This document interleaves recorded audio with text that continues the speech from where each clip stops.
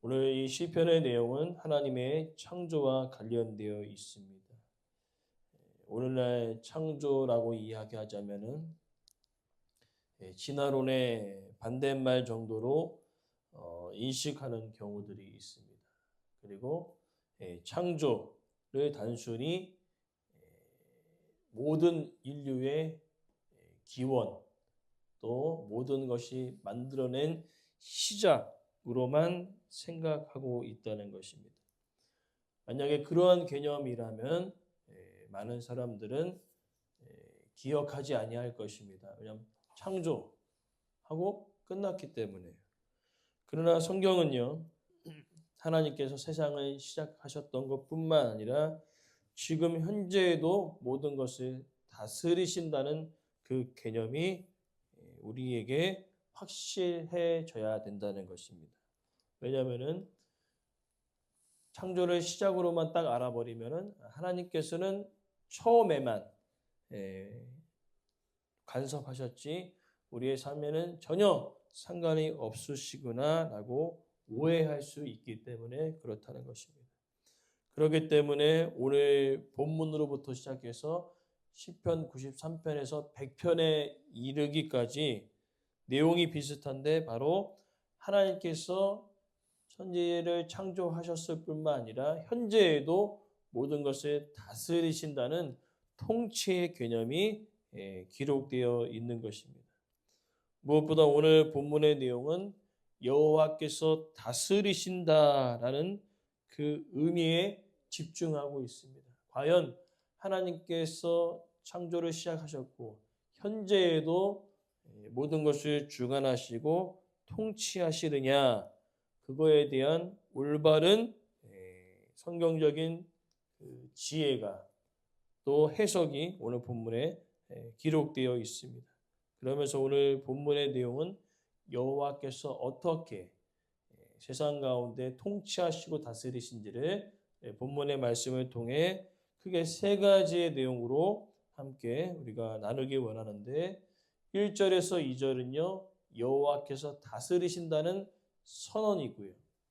그리고 그 다스리심 속에서도 여전히 현재 세상을 경험하고 있는 사람들에게는 과연 하나님께서 다스리실까라는 시험이 찾아온다는 것이죠. 그 내용이 3절과 4절에 있고 그 다음에 결론은 아니다, 확실하다, 하나님께서 다스리신다라는 확신의 내용이 5절에 포함되어 있습니다. 오늘 이 세 부분을 우리가 살펴보면서 세상만이 아니라 우리의 모든 것을 주관하시는, 통치하시는 하나님의 은혜의 역사가 오늘 우리 가운데, 우리 가정 안에, 교회 안에 있기를 간절히 소망합니다. 먼저 1절, 2절부터 선언을 하나님께서 말씀하고 계시는데 히브리어 용어는요, 이제 이 순서가 바뀌어져 있습니다. 그러니까 지금 우리가 한국 이 성경은 여호와께서 다스리신다라고 기록되어 있지만 반대로 되어 있습니다. 다스리신다, 여호와께서.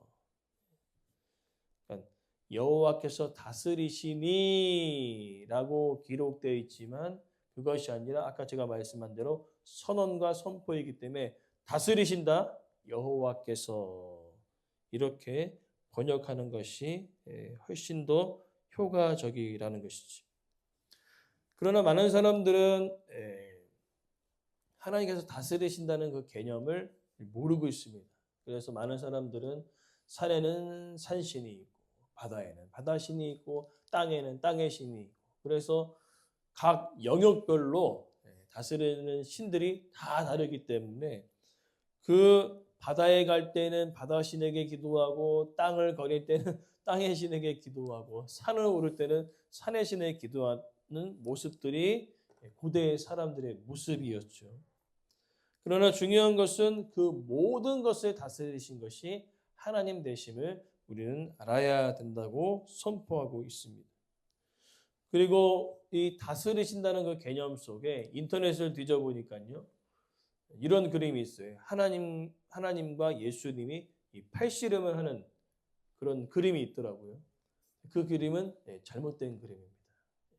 그러니까 이 세상 가운데 하나님을 대적할 수 있으나 그 그림은요, 하나님과 예수님을 대등한 위치에 사단과 동일하게 위치하게 놓였는데, 하나님과 사단은요, 대등한 위치가 아니라는 거죠. 사단조차도 하나님의 피조물의 하나거든요. 그렇기 때문에 오늘 우리는 기억해야 합니다. 이것을 확실하게 드러낸 것이 욥기죠. 욥기에서 하나님께서 이 욥을 자랑하셨을 때 사단이 이야기합니다. 하나님의 주권 아래에서 하나님 이 사람 이렇게 해도 될까요? 라고 물어보지 않습니까? 그렇기 때문에 우리는 기억해야 합니다. 아무리 사단이 이 세상 가운데 난리를 치더라도요, 모두 다 하나님의 주권 아래에서 행동하는 것일 뿐이기 때문에 우리는 그 사단의 그런 계속적인 위험에도 우리가 담대할 수 있는 그 이유는요, 사단조차도 하나님의 통치 아래에 있다는 것을 우리는 기억해야 될 줄 믿습니다. 그러나 많은 사람들이 그렇게 생각하지 않는다는 거죠. 현실을 살아가면서 사단이 더 강하게 느껴질 때가 있다는 것입니다. 그러나 우리는 기억해야 합니다. 바로 사단조차도 하나의 통치 아래에서만 활동할 수 있다는 것이죠. 그리고 그것은 이제 더 나아가 영적인 문제뿐만 아니라 현실에서도 동일하게 등장하는데, 유대인들이 기억하는 것은 하나님의 눈에 보이지 않기 때문에 때로는요, 우리가 포로로 끌려갔었던 애굽이라든지 아수르라든지 바벨론, 페르시아 대제국이 다스리는 것처럼 느껴질 때가 많다는 것입니다. 그러나 그러한 순간 가운데 바로 그것을 정확하게 반박할 수 있는 이유는 바로 다니엘입니다. 느부갓네살 왕이 당시에 최고의 권력을 갖고 있었습니다. 바벨론 왕이었죠. 그가 꿈을 꿨습니다. 금신상 꿈을 꾸지 않습니까? 그 금신상의 그 모든 것들은 세 개의 나라가 대제국이 바뀔 것을 설명하고 있지 않습니까? 바벨론의 나라가 순식간에, 그때 제가 말씀드려 하루 만에 망해서 메데아 바사 페르시아 제국이 세워지고요. 영원할 것 같았는데 무너지고 헬라 제국이 들어오고, 헬라 제국 알렉산더가 열심히 그냥 순식간에 행복해서 확장해 나가면서 이제 헬라 제국이 통치하겠구나 생각했는데 로마가 등장해서 무너져. 그러니까 모든 세계의 나라의 그 질서를 다스리시는 분이 하나님 되심을 바로 다니엘서에서 선포하고 있다는 것입니다. 그러면 그 거대한 제국 아래 살아가는 각 개인을 우리가 또 살펴보기 원하는데, 내가 원하는 대로, 내가 계획한 대로 지금까지 우리가 살아왔다고 자부할 수 있는가? 집사님도 그렇고 저도 그렇고 우리가 계획대로 이렇게 진행됐으면 우리 여기 시골에 없잖아요, 그죠? 시골에 있을 사람이 아닌데, 그죠? 아무튼 계획하고 준비한 대로 다 됐으면 여기에 있을 필요가 없습니다. 그러나 우리의 계획과 우리의 모든 이 계획한 모든 것들대로 진행되어지는 것들이 하나도 없었던 것 같아요. 그래서 제가 최근에 읽었던 책 중에 기억나는 것은 이런 책 제목이 이거예요. 내 마음대로 된 것이 하나도 없다. 뭐냐면은 우리가 아무리 인생을 계획할지라도 그 인생을 주관하시는 하나님의 계획 안에 우리는 정말로 점과 같이 먼지와 같은 인생이라는 것입니다. 그러나 하나님께서 다스리신다는 그 개념을 잊어버린 자들은요, 자기가 뭐든지 다 한다는 것처럼 생각하며 살아간다는 겁니다. 그러나 그것이 아니라는 것이죠. 그러면서 이제 하나님께서 다스리시는데 어떻게 다스리시냐? 오늘 1절에서 2절에 보니까요, 스스로 권위를 입으시고 능력의 옷을 입으시고 띠를 띠셨다는 거죠. 이 의미는 당시 왕의 복장을 상징하고 있습니다. 우리가 옛날 사극 드라마를 보더라도 누가 왕인지는 확실히 알아요. 그렇죠? 왜냐하면 아주 화려합니다. 옷들이 화려하고 가장 비싼 것을 입습니다. 왜 그러냐면요. 왕이 입는 옷은요. 실용성이 아니라 상징성이기 때문에. 왕이 전투에 나가는 일은 없거든요. 그 나라를 다스리는 데 있어서 옷을 입을 때 실용성보다는 상징성입니다. 이 우리의 왕이 이처럼 고귀하고 존귀하고 높다라는 상징성을 강조하기에 왕의 옷들을 보면요. 제가 살펴보니까 저렇게 입고 다닐 수 있을까 할 정도로 너무나 치렁치렁 너무나 무겁게 다니고 있어요. 근데 그것은 실용성이 아니라 상징성이라는 거죠. 근데 더 놀라운 사실은요. 인간의 왕들은 그렇게 입음을 통하여서 자신의 권위와 권세를 자랑했지만 하나님은 입을 필요가 없습니다. 하나님 존재 자체가 능력의 시작이시고 하나님 존재 자체가 권위의 시작이시기 때문이라는 거죠. 그분이 다스리고 계시다면 확실한 거 아닙니까? 그죠? 그분이 이 세상을 통치하시고 내 삶을 다스리신다는 것을 확신하며 살아가는 자는요. 세상이 아무리 쥐락펴락 난리를 쳐더라도 흔들리지 아니한다는 것이지.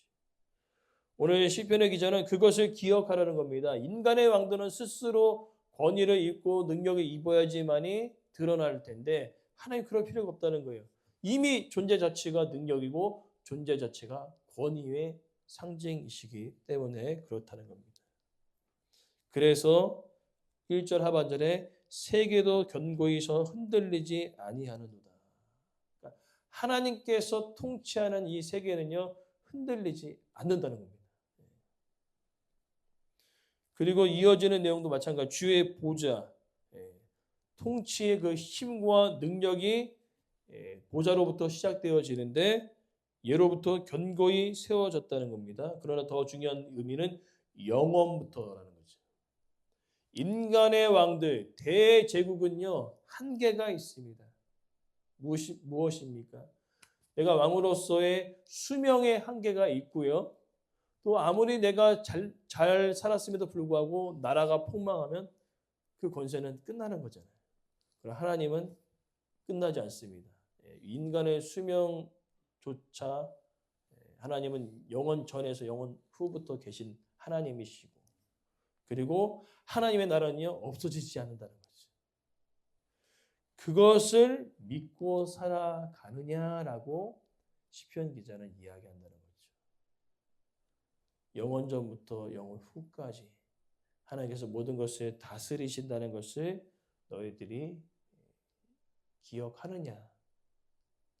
그러나 문제는 뭐냐면 우리는 현실을 살아가는 자이기 때문에 그렇습니다. 그래서 3절, 4절에 그 현실 속에 우리는 시험에 든다는 거죠. 과연 하나님께서 다스리고 계신가? 그 표현을 뭘로 표현하냐면은 3절에 큰 물을 3번 반복합니다. 이 큰 물이라는 단어는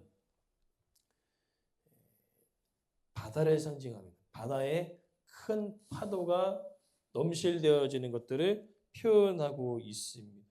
그러니까 큰 파도처럼 세상은요, 현실에 살아가는 우리들에게 큰 파도처럼 우리의 삶을 막 집어삼키는 것처럼 느껴지는 상황들을 우리가 살아가고 있어요.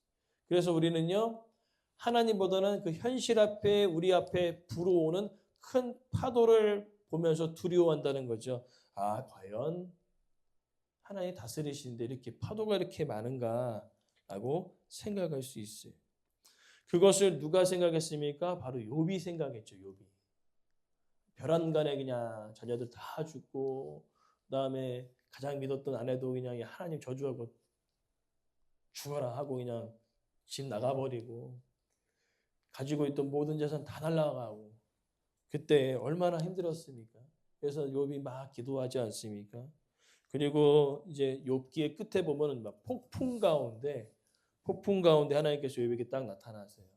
나타나셔서 욥아 힘들었지 하면서 위로하고 격려해 주실 줄 알았는데 전혀 생뚱맞는 이야기를 하고 계시죠. 욥기 38장 3절에서 5절에 하나님께서 나타나셨어요. 그 욥이 계속 고난 가운데 있었을 때에 하나님께서 나타나셔서 욥에게 고생 많았어, 힘들었지 하고 위로하시는 것이 아니라 뭐라고 얘기하냐면 이렇게 합니다. 너는 대장부처럼 허리를 동이라.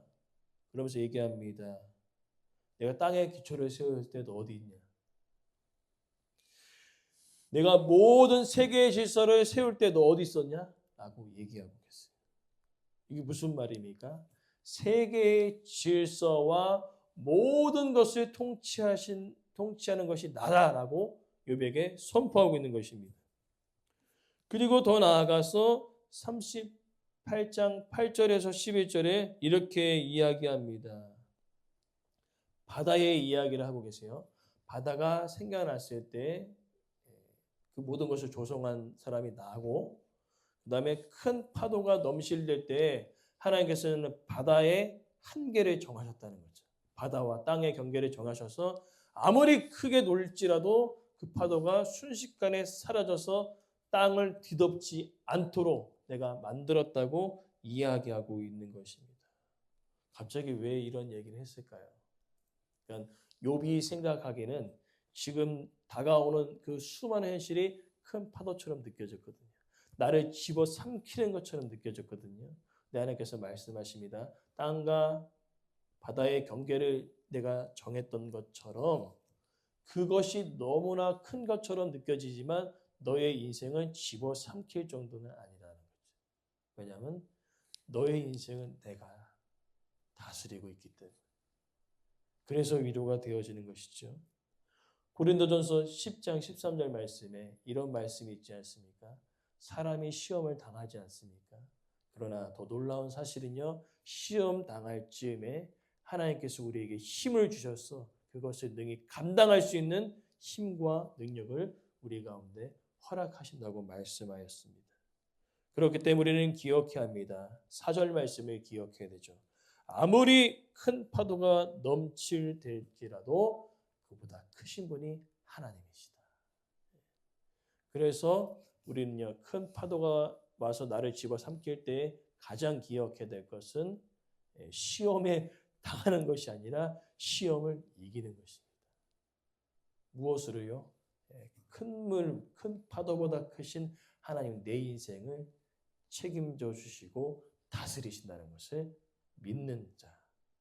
그래서 5절 말씀에 그렇게 확신에 차 살아가는 자들이 그 어떠한 것도 우리의 삶을 무너뜨릴 수 없음을 확신하라라고 하면서 5절 말씀 확신으로 끝납니다. 여호와의 주의 증거들이 매우 확실하다는 거죠. 무엇입니까? 하나님께서 우리 구약의 역사 또 예수님께서 오셨던 그 모든 역사를 통하여서 증거하셨습니다. 무엇입니까? 아무리 넘실대더라도 하나님께서 붙들어 주시는 인생은 무너지지 아니할 것이다. 그러니 확신 가운데 살아가라는 겁니다. 그리고 그 보호하심이 한계가 있으면 이거 문제가 달라지죠. 우리 인생 가운데 이 부분만 딱 도와주시면 이거 문제가 심각하죠. 그죠? 그럼 다른 문제는 우리가 그러면 큰 파도에 휩쓸려 살아가야 되는가? 그렇게 생각할 수 있으나 5절 하반절 말씀이 우리에게 은혜가 됩니다. 여호와는 영원 무궁하시도다. 우리의 인생의 한순간만이 아니라 끊임없이 영원토록 우리의 삶을 다스리시고 지켜주신다는 것을 우리는 기억할 때에 우리 인생 가운데 아무리 큰 물이 뛰놀더라도 우리는 확신할 수 있습니다. 우리 인생을 책임지시고 다스리시는 하나님이 내 아버지가 되신다는 것. 그러기에 나는 아무리 큰 파도가 넘실대더라도 나는 하나님께서 내 인생을 다스리실 뿐만 아니라 하나님께서 이 온 땅을, 온 세계를 다스리시는 하나님 되심을 나는 믿기에 흔들리지 않겠습니다. 오늘 이 마지막 시인의 고백이 우리의 삶의 고백이 되어지기를 간절히 소망합니다.